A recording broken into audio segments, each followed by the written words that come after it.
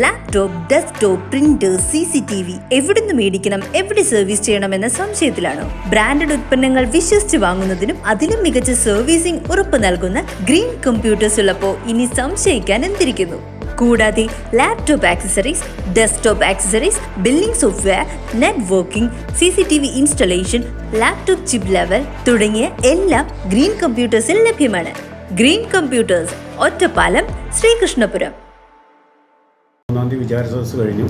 ഇനിയുള്ളത് 27 നാളെ നഗരപ്രദക്ഷിണവും ആണ്. കോഴിക്കുന്നത്ത് അമ്പലത്തിൽ നിന്ന് നമ്മുടെ നഗരത്തിനെ പ്രദക്ഷിണം ചെയ്തുകൊണ്ട് അവിടെ തന്നെ കൊണ്ടുപോയി പ്രതിഷ്ഠിക്കുകയാണ് ചെയ്യുക. അത് കഴിഞ്ഞിട്ടുണ്ടെങ്കിൽ 29 പൊതു സമ്മേളനവും വിമഞ്ജന ഘോഷയാത്രയും ഉള്ളത്. വൈകുന്നേരം ഉച്ചയ്ക്ക് ശേഷം 3 മണിക്ക് തുടങ്ങുന്നതാണ്. അതിന് മുമ്പ് മുന്നോടിയായിട്ടൊരു ചിന്തുപാട്ടുണ്ടാവും.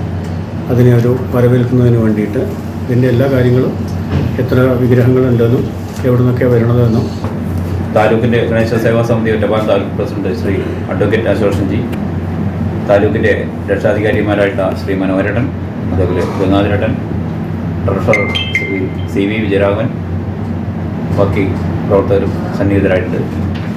2012 ഒറ്റപ്പാലത്ത് തുടങ്ങിയ ഗണേശോത്സവം ഈ വർഷവും പൂർവാധികം ഭംഗിയായി തന്നെ ആഘോഷിക്കാൻ തീരുമാനിച്ചിരിക്കുകയാണ്. അതിൻ്റെ മുന്നോടിയായിട്ടുള്ള 2 പരിപാടികൾ കഴിഞ്ഞു. ഒന്ന് ഗണേശോത്സവ വിളംബര ജാഥയും മറ്റൊന്ന് വിചാര സദസ്സ് എന്ന സെമിനാർ. ഇനി ഉള്ളത് 27 തീയതി ശ്രീ വിനായക ചതുർത്ഥി ദിവസം, വിനായകത്തിൻ്റെ ജന്മദിനമായിട്ടുള്ള നാളെ കോഴിക്കുന്നമ്പലത്ത് പ്രത്യേക പൂജാ കാര്യങ്ങളുണ്ടാവും. അതുപോലെ ഗണേശോത്സവം വരുന്ന എല്ലാ സ്ഥാനീയ സമിതികളുടെയും ആഭിമുഖ്യത്തിൽ അതാത് സ്ഥലങ്ങളിൽ വിഗ്രഹങ്ങൾ വെച്ച് പൂജ, വിശേഷാൽ പൂജ, മറ്റ് കലാപരിപാടികൾ അടങ്ങിയിട്ടുള്ള പരിപാടികൾ അതാത് സ്ഥലത്ത് നടക്കുന്നതായിരിക്കും. അതിനുശേഷം 28 തീയതിയും പ്രത്യേക പൂജകളുണ്ടാവും.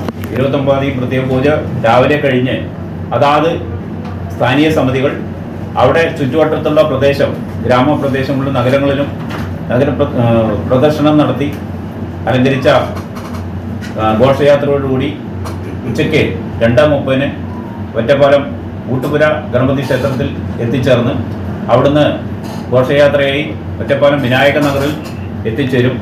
ഉച്ചയ്ക്ക് 3:30 പൊതുസമ്മേളനം. അതിൽ അധ്യക്ഷത വഹിക്കുന്നത് RSSൻ്റെ പാലക്കാട് വിഭാഗ സഹസംഘചാലകമായിട്ടുള്ള ശ്രീ അഡ്വക്കേറ്റ് ജയറാംജിയാണ്. അതിൽ ഉദ്ഘാടനം ചെയ്യുന്നത് നമുക്കറിയാം, ജുന അഖാഡയുടെ ദക്ഷിണ ക്ഷേത്രീയ ചുമതല വഹിക്കുന്ന ശ്രീ സംപൂജ്യ ആനന്ദവനം സ്വാമികളാണ്. അതിൽ മുഖ്യ പ്രഭാഷണം നടത്തുന്നത് RSSൻ്റെ അഖില ഭാരതീയ ചുമതല വഹിക്കുന്ന പ്രജ്ഞാ വിഭാഗിൻ്റെ ചുമതല വഹിക്കുന്ന J. നന്ദകുമാർജിയാണ്. അതിൽ ആശംസാ പ്രഭാഷണം നടത്തുന്നത് BJPയുടെ സംസ്ഥാന ജനറൽ സെക്രട്ടറി ആയിട്ടുള്ള ശ്രീമതി ശോഭ സുരേന്ദ്രനാണ്.